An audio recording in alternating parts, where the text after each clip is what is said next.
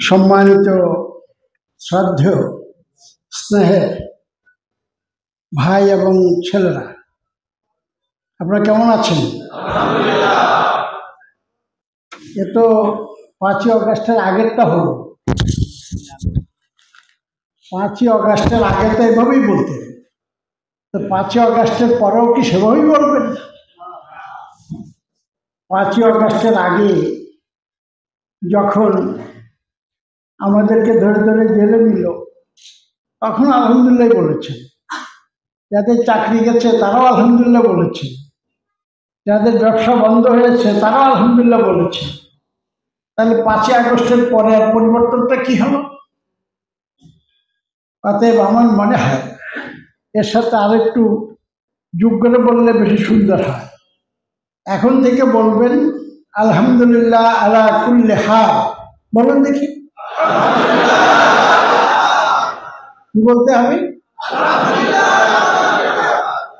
নাহমাদুহু ওয়া নুসাল্লি আলা রাসূলিহিল কারীম ওয়া আলিহি ওয়া সাহবিহি আজমাইন। বাংলাদেশ জামাত ইসলামী আমাদের 80টি জেলা মহানগরী শাখার মধ্যে সবটিতে বহুল জনসংখ্যার দিক থেকে, রোকন সংখ্যার দিক থেকে সর্বোচ্চ সংখ্যক রোকন সম্মিলিত যে শাখা, সেটি হচ্ছে ঢাকা মহানগরীর উত্তর। ঢাকা মহানগরীর উত্তরেরই একটি থানা, তেজগাঁও দক্ষিণ থানা কর্তৃক আয়োজিত আজকে শেকড় পর্যায়ে দায়িত্বশীলদেরকে নিয়ে এই প্রশিক্ষণ কর্মসূচির সংগ্রামী সভাপতি, মঞ্চে উপস্থিত নেতৃবৃন্দ, আমার প্রিয় ভাইয়েরা, এখানে বলা হচ্ছে ইউনিট দায়িত্বশীলদের শিক্ষা শিবির। আসলে অতীতে আমরা শিক্ষা শিবির করতাম কয়েকদিন ব্যাপী, অন্তত একাধিক সেশন না হলে তো শিবির হয় না। এটাকে বড় জোর যেহেতু একটা সেশনে হচ্ছে, এটা শিক্ষা বৈঠক হতে পারে, যেটা ট্রেনিং সেশন বলা যেতে পারে। তবু মন্দের থেকে ভালো। কিছুদিন তো আমরা সবাই অনলাইনে ছিলাম, এখন অনলাইন থেকে অফলাইনে এসেছি, এতটুকু ডেভেলপমেন্ট হয়েছে। সেজন্য এটাকে শিবির বলে, শিক্ষা শিবির বলে একটু আপডেট করা হলো আর কি। তবে আগামী দিনে একাধিক সেশন, একদিন 2 দিন 3 দিনের শিবির হলেই বিভিন্ন বিষয়ের চাহিদা পূরণ করা সম্ভব। প্রিয় দায়িত্বশীল ভাইরা, আপনাদের এখানে পরিচয় দেওয়া হচ্ছে ইউনিট দায়িত্বশীল। এখানে আপনারাই 2 জাতের ইউনিট আছেন, একটা হচ্ছে ইউনিট আর একটা হচ্ছে দাওয়াতি ইউনিট। 2 ধরনের ইউনিটের দায়িত্বশীলদেরকে নিয়ে আজকের এই আয়োজন। আমাকেও বিষয় দেওয়া হয়েছে আদর্শ ইউনিট, কিনা বললে আদর্শ ইউনিট পরিচালনা। ইউনিটে যদি না চিনি তাহলে আদর্শ ইউনিট করবো কি করে? আপনাকে সকলে ইউনিটের পরিচয় জানেন? ইউনিট কাকে বলে, ইউনিটের পরিচয় কে কে জানেন দেখি হাত উঁচু করেন তো। 1 2 3 4 5 6 7 প্রায় 2 থেকে 250 লোক আছেন। পরে যে 10 জন হাত তুলেছেন। এবার পরীক্ষা দিতে দিতে আমার উপস্থিতিতে দেখলাম যে অনেক পরীক্ষা হয়ে গেছে আপনাদের। বারবার জিজ্ঞাসা করেছে, লোকেরা হাত তুলিয়েছেন, সরম লাগে। আমি বোধ হয় বেশি জিজ্ঞাসা করলে আরো বেশি তিক্ত বিরক্ত হয়ে যাবে। ইউনিটের পরিচয় জানতে চাইলে আপনাদেরকে যেতে হবে সংগঠন পদ্ধতির 29 নম্বর পৃষ্ঠা। কি বই বলছি? কত পৃষ্ঠা? মাঝামাঝি থেকে শেষ দিকে যান, তাহলে ইউনিটের পরিচয় পাবেন আর ইউনিটের কাজেরও হিসাব পাবেন, কি কি কাজ করবেন। সেগুলো করতে পারলেই তো কাজ হয়ে গেল। ইউনিটের ইতিহাসকে জানেন, হোয়াট ইজ ইউনিট। আমরা বাংলাদেশ জামাত ইসলামী বর্তমানে এটার বয়স আমি জিজ্ঞেস করছি না, আমরা জামাত ইসলামীর বয়স জিজ্ঞাসা করছি। জামাত ইসলামী বয়স কত? কে পারেন থেকে হাত উঁচু করেন তো? তারা তো খুব কম সংখ্যক হাত। যারা হাত তুলেছেন দু একজন আওয়াজ দেন তো। সে তো জন্মসাথ, এখন 85 বছরে পা দিয়েছে। 85 বছর আছে খালি তো বয়সে, কার বয়স ছিল 85? তাহলে দেখা যায় আমাদের দলটা হলো আমাদের চাইতে অনেক প্রবীণ। একটা বুড়ো দলের জোয়ান সদস্য, জোয়ান কান্ডারি আপনারা।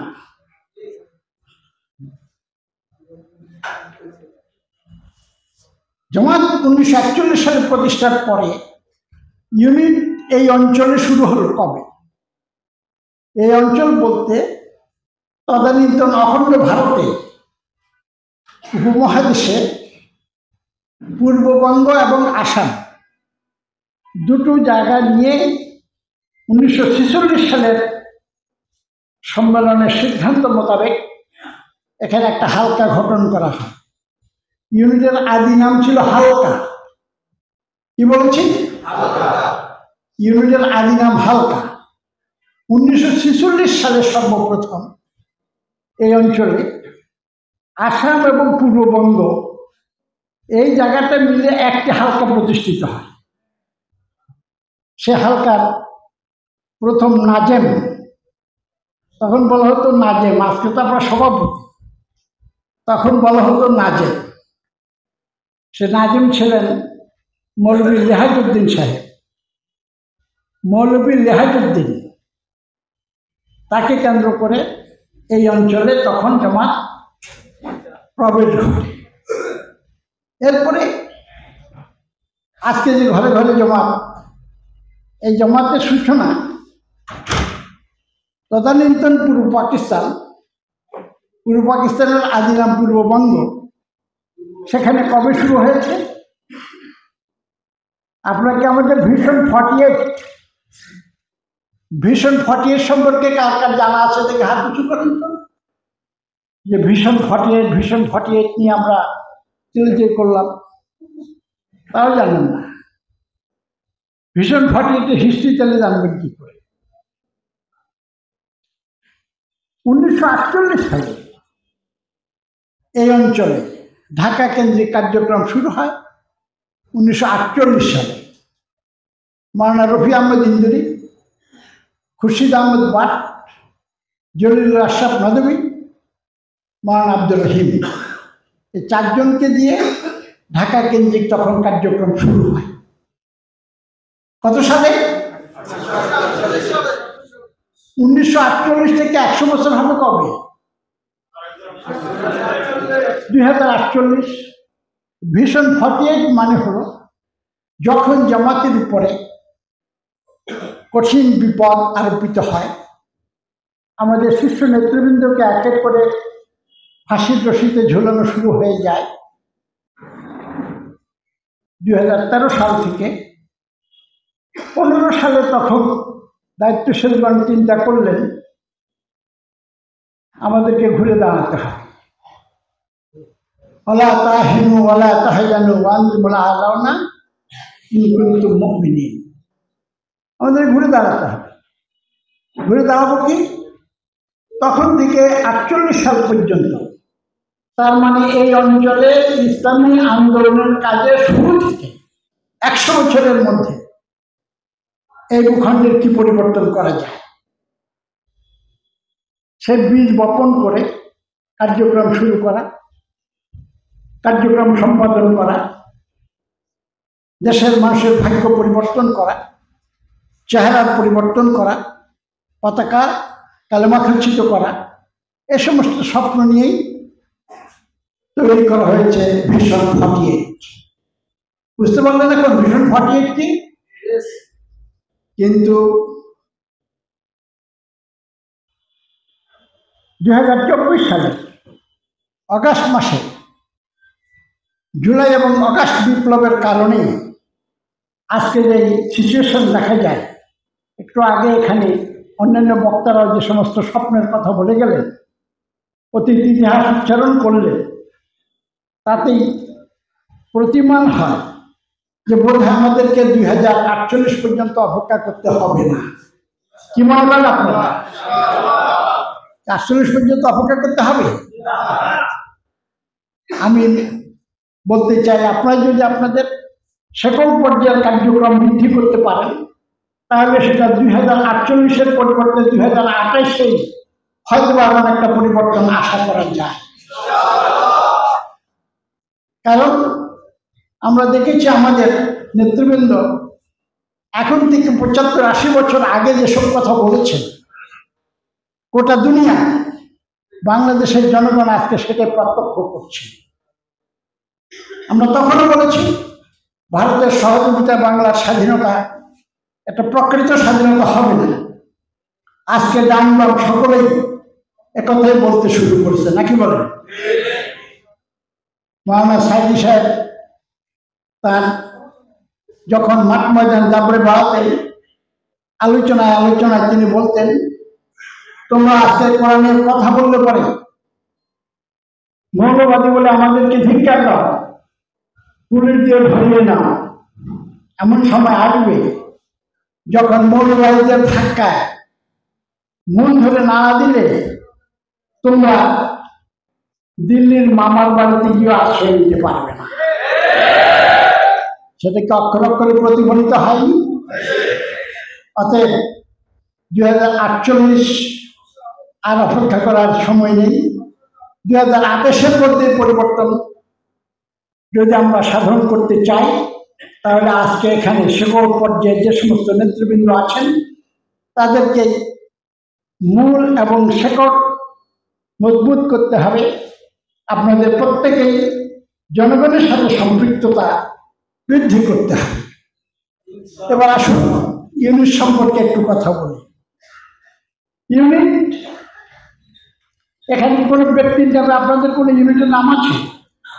আপনাদের এখানে কিন্তু ইউনিট এবং দাওয়াত ইউনিট দুটো মিলে প্রায় 150-এর উপরে ইউনিট আছে।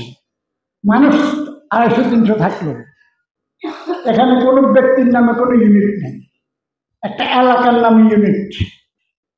ইউনিটি হচ্ছে জামাতের মূল কেন্দ্র। ইউনিটি হচ্ছে জামাতের একটা লাউড স্পিকার।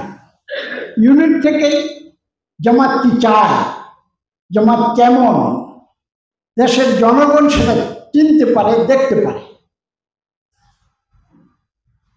জামাত কেমন, ডাক্তার শফিকুর রহমান সাহেবকে খুব কাছে কতজনে দেখে, সেলিমউদ্দিন সাহেবকে কাছে কতজনে পায়, কিন্তু আপনাদেরকে এলাকার জনগণ প্রতিক্ষণে, প্রতিদিন, প্রতি মুহূর্তে খুঁজে পায়। সেই জন্য ইউনিটি হচ্ছে জামাতের একটা লাউড স্পিকার। ইউনিটি হচ্ছে জনগণের সাথে সংগঠনের সেতু বন্ধন। এখন আপনারা যদি ভালো মানের ইউনিট চালাতে চান, তাহলে আপনাকে কি করতে হবে? 6টা কথা বলবো এক এক করে। 1 নম্বর হচ্ছে, আচ্ছা আপনারা বলুন, এখানে যারা আছেন ইউনিট সভাপতি সাহেবেরা, কে বলতে পারেন যে আপনার ইউনিট তথা কর্ম এলাকার মধ্যে কত লোক বাস করে? কে কে বলতে পারেন? দিকে হাত তোলেন। আপনি বলতে পারছেন না। আপনার কর্ম এলাকায়, আপনার যে এলাকাটা ইউনিট এলাকা, যেমন এখানে 2-একটা ইউনিটের নাম বলেন। একটা ইউনিট নাম বলেন না। বিজ্ঞান কলেজ ইউনিট। বিজ্ঞান কলেজ ইউনিটের যে জুরিডিকশন, সেখানে কত লোক, কত মহিলা বাস করে? আপনারা নিজ এলাকার, আপনি যে শেকড় পর্যায়ে যাবেন, আপনাকে তো আগে সমস্ত ইনফরমেশনগুলো, তথ্যপত্রগুলো আপনাকে পেতে হবে। আপনি কি জানেন আপনার এলাকায় কত ভিন্ন ধর্মাবলম্বী লোক বাস করে? আপনি কি জানেন আপনার কর্ম এলাকায় কত ব্যবসায়ী বাস করে, কত শিক্ষক বাস করে, কত উপজাতি বাস করে? আপনার কাছে কোনো ইনফরমেশন নেই। আপনার সাংগঠনিক কর্ম এলাকার মধ্যে কয়টা বাজার আছে, কয়টা শিক্ষা প্রতিষ্ঠান আছে, কত লোক অন্ধ, কত লোক ভিক্ষুক, কতজন মুচি, কতজন ক্ষুদ্র ব্যবসায়ী, কতজন ডাক্তার, কতজন ইঞ্জিনিয়ার, এ সমস্ত ইনফরমেশনগুলো কি আপনার কাছে আছে? তাহলে আপনি কোথায় কাজ করবেন?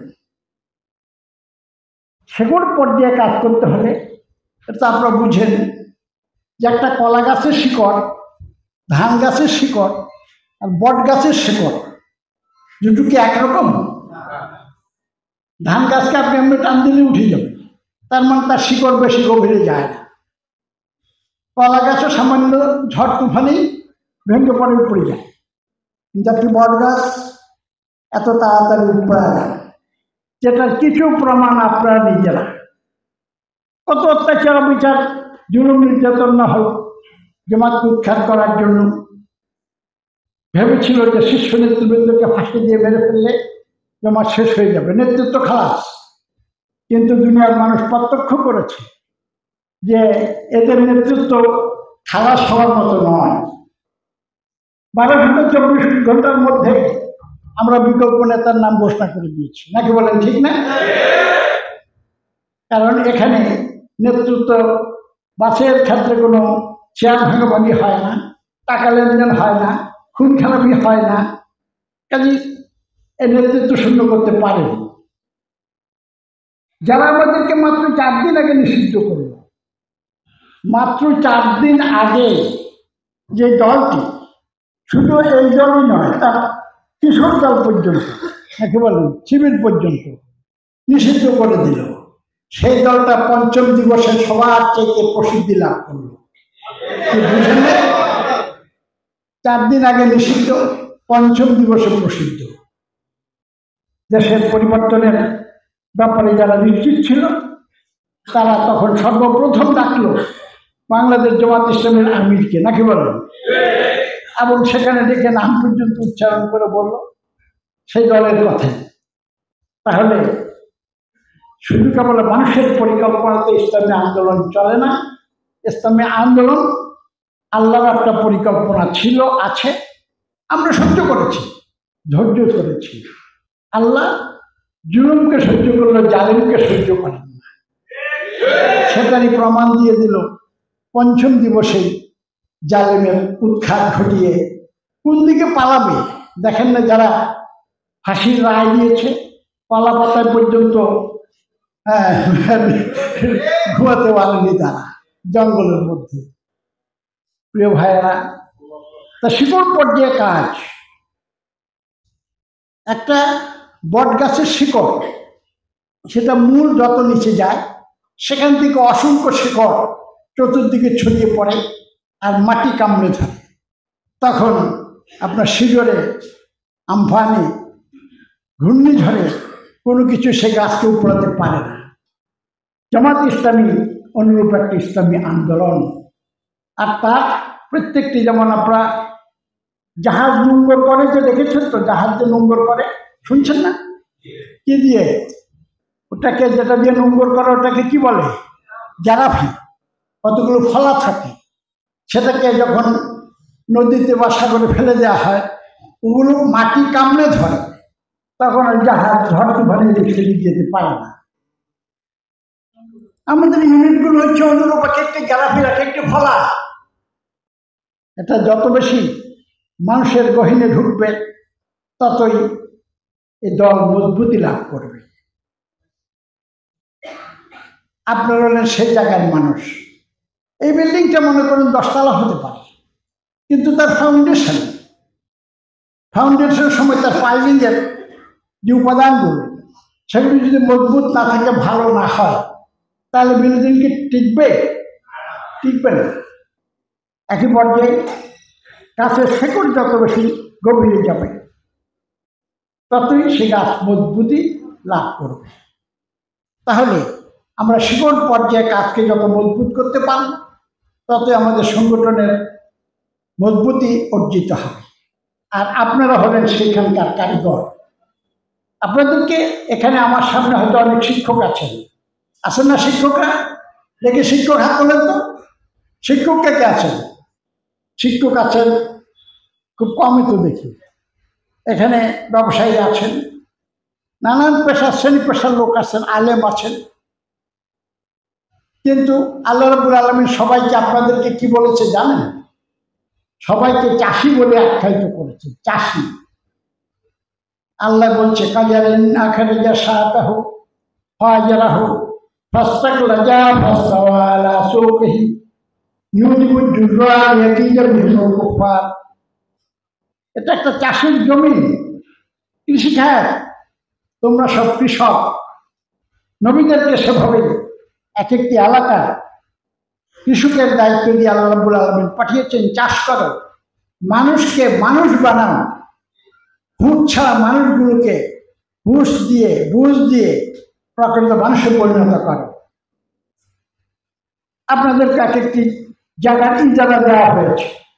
এই বাংলাদেশের ইজারা দেওয়া হয়েছে একটা শফিকুর রহমান সাহেবের কাছে, আল্লাহর পক্ষ থেকে দায়িত্ব দেওয়া হয়েছে। তিনি তার টিম, তার জনশক্তি, তার আশেপাশের লোকজন নিয়ে সারা দেশটাকে কি করে তিনি চাষ করবেন সেই চেষ্টা করছেন। একই পর্যায়ে ঢাকা মহানগর উত্তর সেলিমউদ্দিন সাহেব, ওনার উপরে দায়িত্ব দেওয়া হয়েছে। উনি হলেন প্রধান চাষা, তার সাথে আপনারা সবাই সহ করবে। এটাকে ভাগ ভাগ করে করে এই তেজগাঁও দক্ষিণ, এখানে দায়িত্ব দেওয়া হয়েছে ইঞ্জিনিয়ার নোমান, তার উপর এইভাবেই তার সাথে আপনারা আছেন।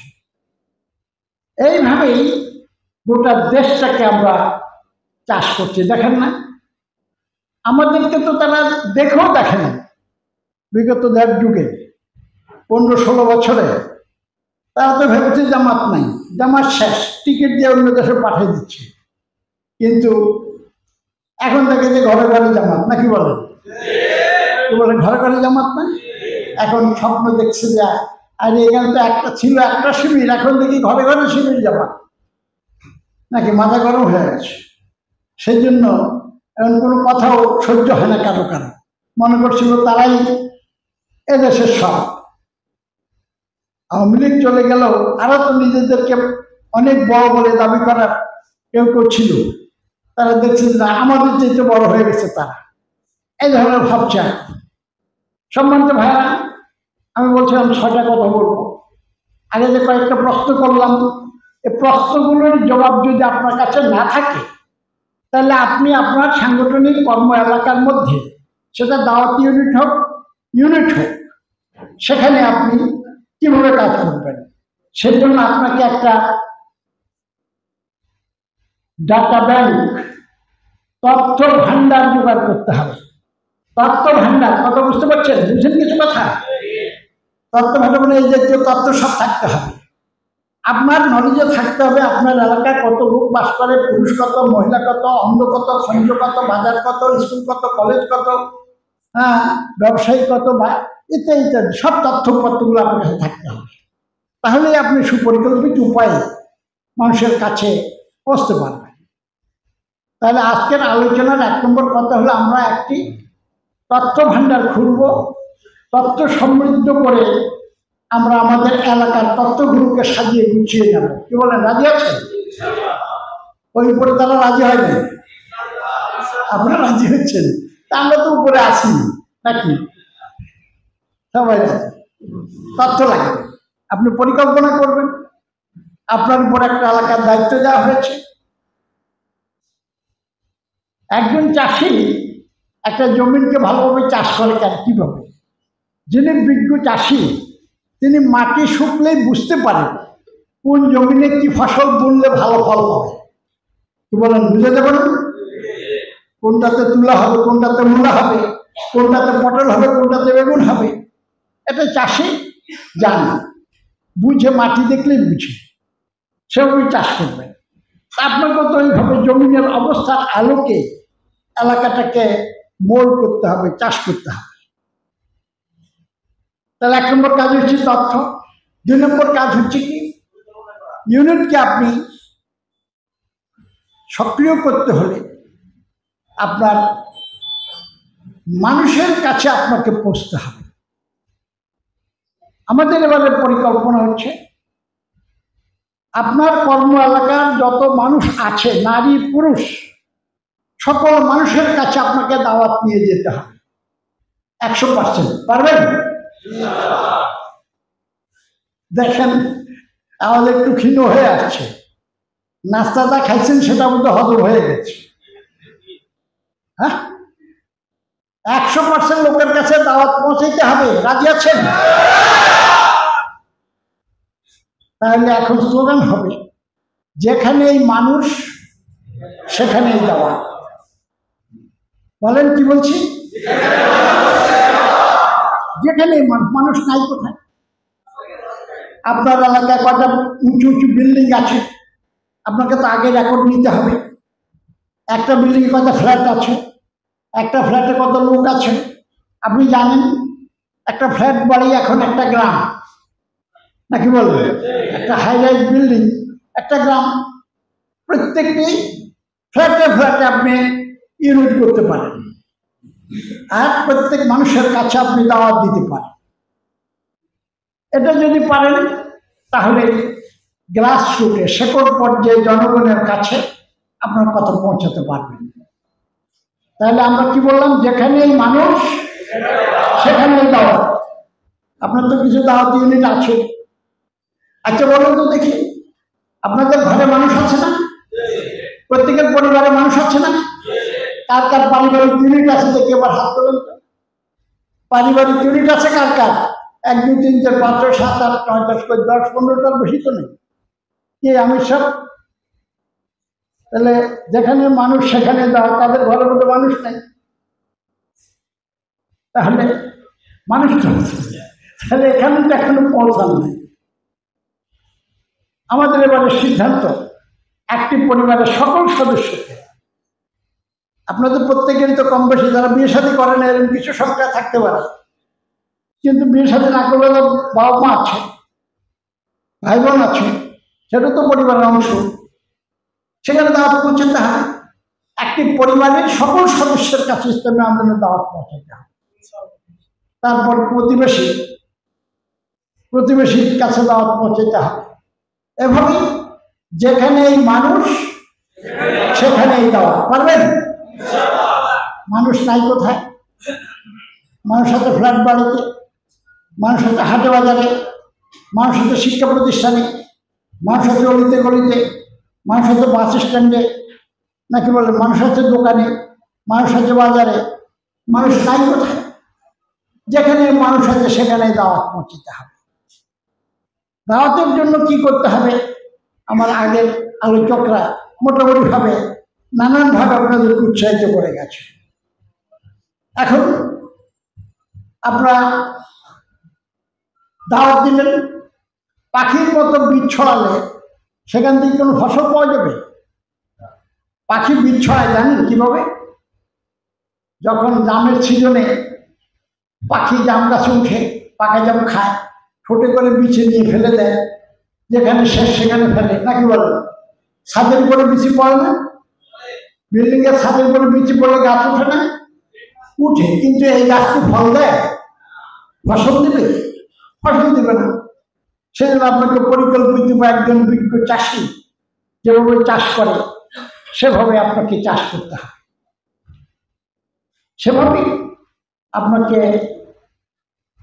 চাষ করতে পারলে, মানুষ পেয়ে গেলে মানুষগুলোকে ছেড়ে দিলে হবে, সে মানুষগুলোকে সম্মিলিত করতে হবে।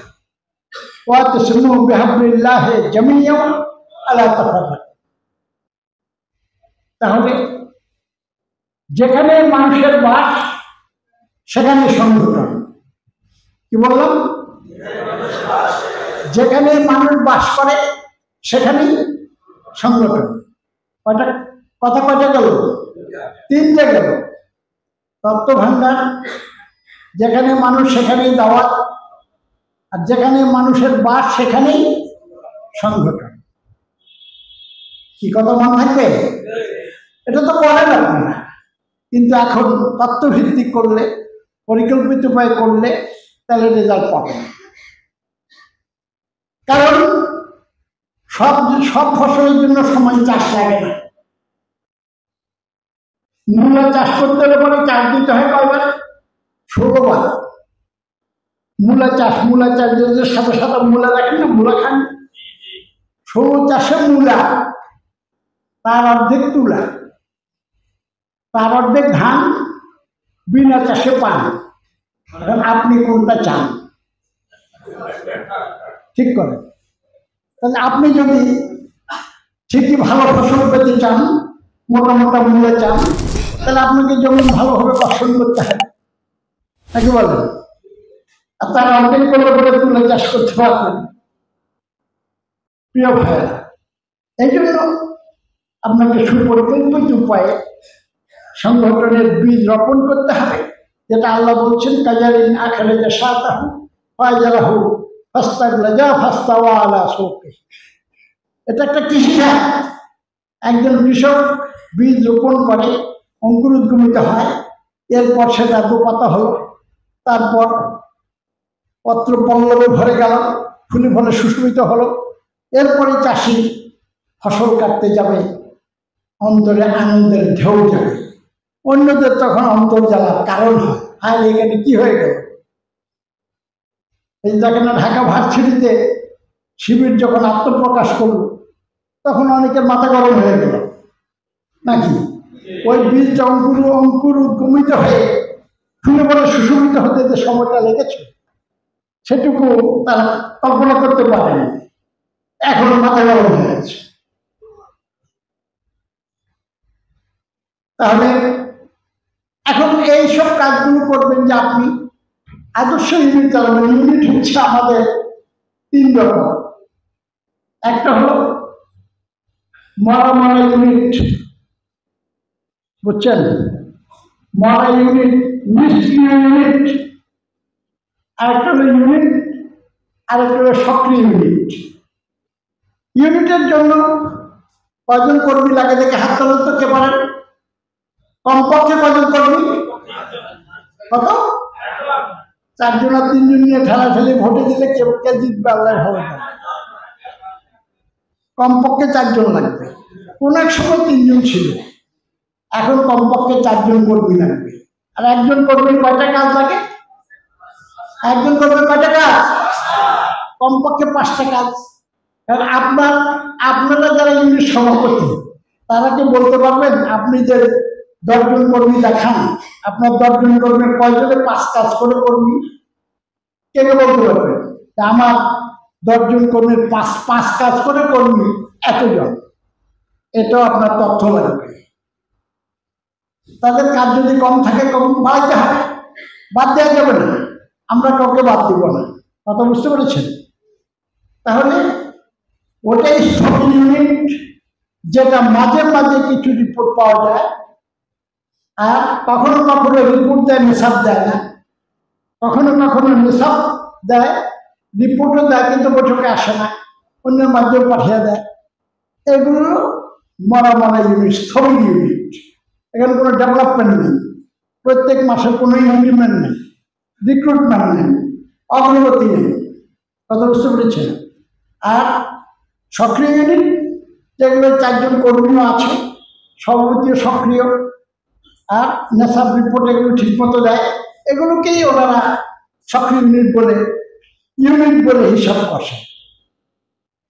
আর এরপরে আমরা যেটা চাই সেটা হলো আদর্শ ইউনিট বানাতে হবে। আদর্শ ইউনিট, এখন আদর্শ ইউনিটে কি লাগবে? এখানে যে সমস্ত সম্মানিত ভাইয়েরা আছেন, আদর্শ ইউনিটের সভাপতি হবেন আগে আদর্শ, সবার আগে সভাপতি সকল কাজে সবার আগে। যে সমস্ত সভাপতির রিপোর্ট সবার চেয়ে ভালো, সভাপতির জ্ঞানতের মাত্রা। আপনি কি টায়ার্ড হয়ে গেছেন? না না, যে আমার এখন চোখের সামনে বসে টায়ার্ড হয়ে গেলে তো পেছনে তো সব দেখি। টায়ার্ড হতে পারেন, কিন্তু আমরা রিটায়ারমেন্টে পাঠাবো না। এখানে রিটায়ারমেন্টে পাঠাবার কোনো নিয়ম নাই, মরণ পর্যন্তই চলতে হবে, ঠিক আছে? তার আগে একটু আপনাদেরকে জীবিত করি। আল্লাহ রাব্বুল আলামিন, এই যে এত কথা আমি বললাম, একটু চাপ হয়ে গেছে না? অনেক কাজের চাপ পড়ে গেছে না? আল্লাহ রসুলকে 40 বছর পর্যন্ত লালন করলেন নবী বানাবার জন্য, অনেক জ্ঞান দিলেন, আমল দিলেন, তৎপরতা দিলেন। কিন্তু যেই মাত্র কোরআনের আয়াত দিলেন তখন তিনি ঘরে এসে অত্যন্ত মানে বিব্রতকর অবস্থায় পড়ে গেলেন। বিবি খাদিজাকে বললেন আজরনি, কি বললেন? আজরনি, তার মানে আমাকে কম্বল দিয়ে জড়িয়ে দাও। কে বলছে? আল্লাহ রাসূল। কাকে বলছে? বিবি খাদিজাকে। কি বলছে? আজরনি, আমাকে কম্বল দিয়ে জড়িয়ে দাও। তখন তাকে কম্বল দিয়ে জড়িয়ে দেওয়া হলো। কিন্তু আল্লাহ তাকে কম্বলের নিচে থাকার সুযোগ করে দিয়েছেন। আপনারা মনে করছেন এতদিন পরে ডাকে আনছেন তেজগাঁও কলেজে, আর কতক্ষণ? আমরা তো অনেক অনেক কিছু হয়ে গেছি, নাকি বলে? কিন্তু আল্লাহ রসুলকে তখন কম্বল দিয়ে জড়িয়ে দেওয়ার পরে যে আয়াত প্রথম আসলো সেটা সূরা আল মুদাসসিরের প্রথম দিকে 7টা আয়াত। সেখানে একটা কথা আছে, তিনি কম্বলের নিচ থেকে কি করে তুলবেন? কম্বল আপনারা তো এতদিন পর্যন্ত কাজ না করতে না করতে অনলাইনে অনলাইনে মানে করে করে তো ঠান্ডা হয়ে গেছে। এখন কি করে এখন অ্যাক্টিভ করা হয়? সেই জন্য আল্লাহ তার হাবিবকে যেভাবে ডাক দিলেন, কি বললেন? ইয়া আইয়ুহাল মুদাসসির, তারপরে কুম ফাআনজির। কুম মানে কি? কুম মানে কি?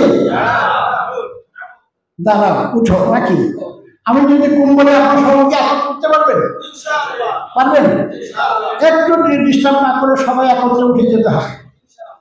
দেখি দেখি কেমন পারেন।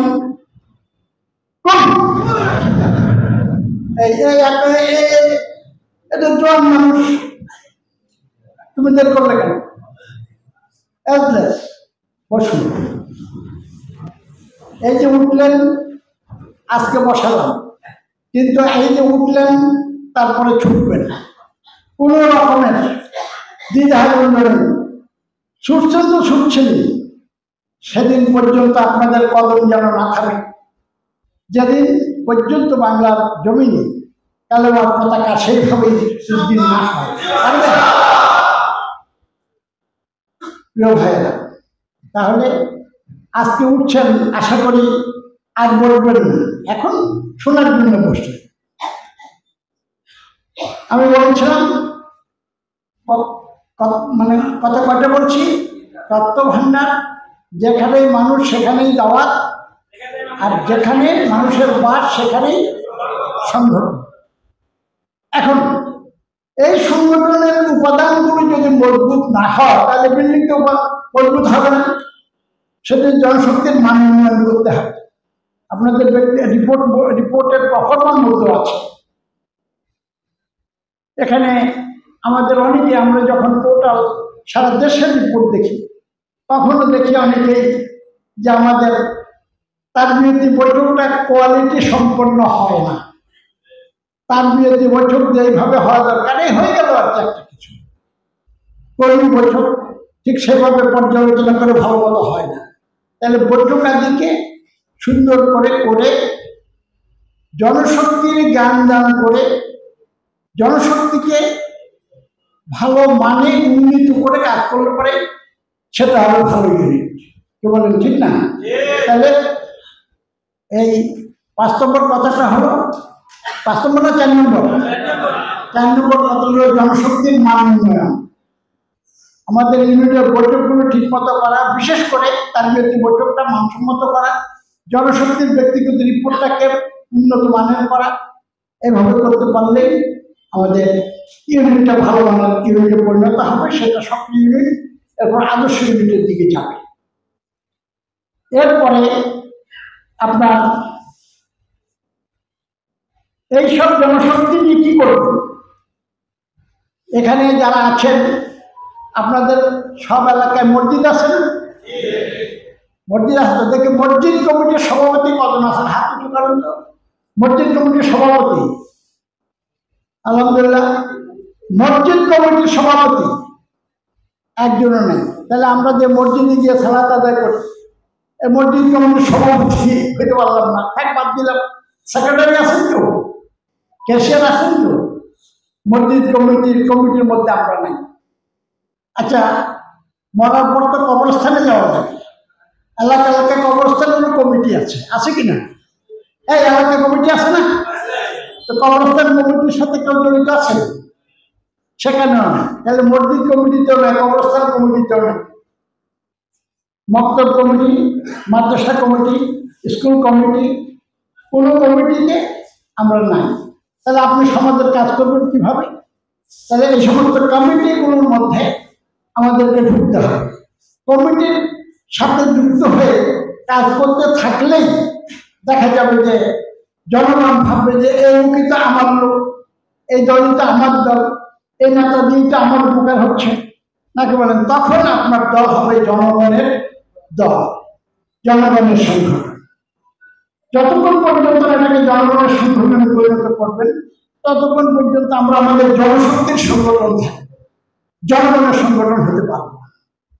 তাহলে আমাদের এলাকার জনগণের সংগঠন বানাতে হলে পরে এর মতো যতগুলো কমিটি আছে, যত সামাজিক সংস্থা আছে, তার সাথে আমাদেরকে যুক্ত হতে হবে। এবং করতে থাকলে এলাকার কাউন্সিলর নির্বাচন, পরবর্তীতে এমপি নির্বাচন, এগুলোতে অংশগ্রহণ করতে পারবে। তাহলে এখন থেকে যেখানে নির্বাচন সেখানে আমরা পারবেন। আমার কথা বুঝেন নাই? মসজিদ কমিটির নির্বাচন, রাস্তা কমিটির নির্বাচন, বাজার কমিটির নির্বাচন, নাকি রিক্সা স্ট্যান্ডের নির্বাচন, তারপরে সেই কবরস্থান কমিটির নির্বাচন, যেখানেই নির্বাচন সেখানেই আমরা। কি বলছি কথাটা? কথা কয়টা গেল? পাঁচটা গেল। তাহলে যেখানে নির্বাচন সেখানে আমরা পারবেন। এখন হলো আদর্শ ইউনিট করবেন। ওনার নাম দিচ্ছে আদর্শ ইউনিট। আদর্শ দল তো নিচ থেকে আগে শুরু করতে হবে, ঠিক না? এখানে যারা সভাপতি আছেন তারা তাদের ব্যক্তিগত রিপোর্টে, তাদের সময়দানে, তাদের আর্থিক কোরবানিতে, তাদের লেখাপড়ায়, তাদের পারফরমেন্সে, তা বৈঠকে যে কোনো সময় ডাকে সাড়া দিতে সবার আগে সভাপতিরা সকল কাজে সবার আগে থাকবে। তাহলেই সেটা আদর্শ ইউনিট হতে পারে। আদর্শ ইউনিটের জন্য আমাদের সভাপতিগণ যে কয়টা কাজ করতে হবে সেটি হচ্ছে আপনার ইউনিটকে সকল শ্রেণী পেশার মানুষের সমন্বয় ঘটিত, সব শ্রেণী পেশার মানুষ, কিন্তু বাসে বাসে খালি কেবল কিছু যে আসে ওকে ওর দিলের মধ্যে মহল মেরে দিছে, আসবে না, এরকম না করে সকলকে কি করে অ্যাকোমোডেট করতে পারেন সে চেষ্টা করবেন। এরপর আপনার সকল কর্মী থাকবে সক্রিয়। এখানে অনেক সময় নোয়াখালী কুমিল্লার লোক আছে, নোয়াখালী কুমিল্লার কে কে আছে দেখে হাত তোল। এখানে একটা কথা আছে, নোয়াখালী কুমিল্লার লোকেরা এই ভাষাটা বুঝবে সেই জন্য আলাদা করলাম। মিছিলে যখন যায় ডাকে, তখন সভাপতি ডাকলে তো বলে তুই যা, আয় আয়, শুনছেন? তুই যা, তার মানে তুমি সামনে যাও, আমি আসতেছি। এই পিঠের উদ্দেশ্যে ধীরে ধীরে কাটতে কাটতে বেঁধে তুলবে, এরকম হবে না। ইউনিটের সব কর্মী তারাই তাদের সব কাজ, কর্মীরা সকলেই মনে করবে যে এটা আমার কাজ, শুধু সভাপতির কাজ না, শুধু এটা সেক্রেটারির কাজ না, এটা আমাদের সকলের কাজ, এই মনে করতে হবে। কত বুঝতে পেরেছেন? আবার কিছু কিছু কাজ আমাদের লোকেরা বলে ওই তাও ওই এলাকাতেই খুঁড়া গাছ সুস্থ, খুঁড়া ছিলেন গরু ছাগল বাঁধে খুঁড়া গাছ সুস্থ গাছ লড়েনি লড়ে, তাহলে খুঁড়া গাছ খুঁড়া লড়ে। ইউনিট করছিল, লোকও নাই, রিপোর্টও নাই, নেশাবো নাই, কর্মীরাও কাজ করে না, ইউনিট আছে, রিপোর্ট দিয়ে দিছি ইউনিট। এই যাদের 100-200 ইউনিটের কথা বললাম, এরকম ইউনিট আছে। এটা হলো খুঁড়া গাছ ছিল, গাছটি লড়েনি লড়ে, তার মনে আসিও নাইও, নামটা অস্ত সব কিছু। এটা করলে হবে না। সম্মানিত দায়িত্বশীল ভাইয়েরা, ইউনিটের সভাপতি এখানে যারা আছে, একজন কর্মী হতে কমপক্ষে 28টা বই পড়া লাগে। আমাদের সিলেবাসে লেখা আছে, পাইছেন?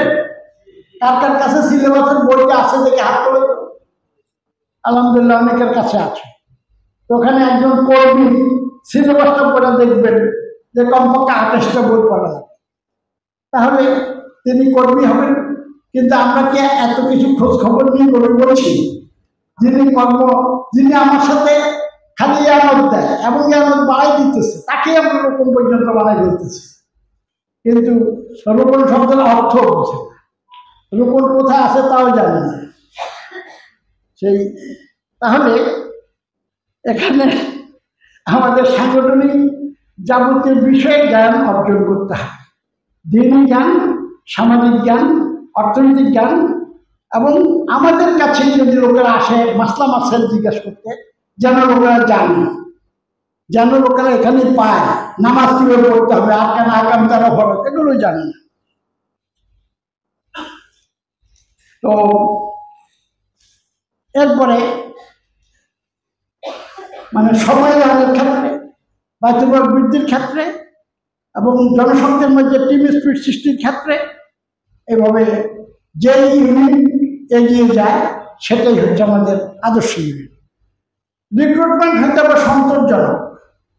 কার কার ইউনিটে প্রতি মাসেই কিছু না কিছু সহযোগী বাড়ে, প্রতি মাসেই কমপক্ষে 2-1 কর্মী বাড়ে, প্রতি মাসেই কিছু ইয়ানত বাড়ে, নেশাব বাড়ে। এইভাবে যদি প্রত্যেক মাসেই কিছু কিছু বাড়ে, তাহলেই একসময় দেখা যাবে আপনার এলাকার সকল সামাজিক কাজ করতে গিয়ে আপনাকে পুরোপুরি আপনি করতে সক্ষম হবেন। কর্মীদের মধ্যে আত্মঘটন, কর্মী ঘটন, পরিবার ঘটন এবং মানোন্নয়ন সহ এই কাজগুলি যেন অব্যাহত থাকে সেই চেষ্টা করতে হবে। তাহলে আমাদের জনশক্তির মধ্যে যদি শাহাদাতের তামান্না নিয়ে, জান্নাত প্রাপ্তির আশা নিয়ে তারা আল্লাহর উপর ভরসা করে সময় এবং সম্পদের কোরবানির জন্য তৈরি হয়ে যায়, এবং ওখান থেকে যদি ক্রমান্বয়ে যে সমস্ত রোপণ পরিচালিত ইউনিট আছে সেখান থেকে যদি রোপণ রিক্রুটমেন্ট হয়, একজন রোপণ বছরে কমপক্ষে 1জন রোপণ বাড়াবে, 1জন রোপণ বছরে কমপক্ষে 2জন কর্মী বাড়াবে, 1জন কর্মী বছরে কমপক্ষে 1জন কর্মী বাড়াবে। এইভাবে যদি আমরা পরিকল্পিতভাবে কাজ করি তাহলেই এলাকাটাকে সমৃদ্ধ করা যাবে। তাহলে আদর্শ ইউনিট বানাতে হলে পরে আগে সভাপতিদেরকে আদর্শ হতে হবে। কি বলেন, রাজি আছে? সম্মানিত ভাইরা, আমার মনে হয় যে কথা তো আমরা প্রায় বলি, কিন্তু বকাউল্লা বকে যায়, শোনাউল্লা শুনে থাকে, এখান থেকে বেরিয়ে গেলে আর কোনো খবর থাকবে না, এমনকি হয়তো কোনো লাভ হবে না। আমি আশা করব যা কিছু শুনেছেন তার কিছু ধারণ করে নিয়ে যাবেন, ময়দানে তৎপর থাকবেন। এভাবেই যদি আমরা এলাকাটাকে জাগিয়ে তুলতে পারি, বিশেষ করে ঢাকা মহানগরী উত্তর, এটা গোটা দেশের জন্য একটি মডেল হতে পারে। আর ঢাকা মহানগরী উত্তরের একটা গুরুত্বপূর্ণ সাংগঠনিক এলাকা এই আপনার তেজগাঁও দক্ষিণ, এটা একটা মডেল হতে পারে। আর আপনার ইউনিটটাকে মডেল ইউনিট করলে সেই এলাকাটা মডেল এলাকায় পরিণত হবে। তা আমরা শুধু কেবল আল্লাহ সন্তুষ্টির জন্য যদি কাজ করি, আল্লাহ তো আমাদের সাথে যে ছিলেন সেটা তো আমরা প্রমাণ হাতে হাতে পেয়েছি, নাকি বলেন? আমরা যা ভাবতে পারিনি, আল্লাহর মেহরবানিতে সেটা ঘটে গেছে। এভাবে আগামী দিনে আমাদের আর ভিশন 48-এর জন্য অপেক্ষা না করে এখন ভিশন 28 বাস্তবায়নের জন্য এগিয়ে যাবেন। এটা কিন্তু সংগঠনের কথা না, এটা আমার মনের একটা চাহিদা। আপনারা যদি ঠিকই এগিয়ে আসেন তাহলে এটা হয়তো সম্ভব হয়ে যেতে পারে। আল্লাহ রাব্বুল আলামিন আমরা যা কিছু বলেছি, যা কিছু শুনেছি, সেই আলোকে যেন বাস্তবিক জীবনে সেটাকে বাস্তবায়িত করতে পারি। আল্লাহর কাছে তৌফিক চেয়ে এবং আপনাদেরকে আন্তরিক ধন্যবাদ জানিয়ে আমি আমার কথা শেষ করছি। দেখা হবে ইনশাল্লাহ বাঁকে বাঁকে, পাতা হবে ফাঁকে ফাঁকে, চূড়ান্ত পর্যায়ে যদি দেখা হয় সেই জান্নাতের সেই সুমহান বাগানে, তাহলে আমরা হব সফল। আল্লাহ রাব্বুল আলামিনের কাছে সেই তৌফিক চেয়ে কথা শেষ করছি। আল্লাহ হাফেজ। বাংলাদেশ জিন্দাবাদ, বাংলাদেশ জামাত ইসলামী জিন্দাবাদ। আসসালামু আলাইকুম রহমতুল্লাহি ওয়া বারাকাতুহু।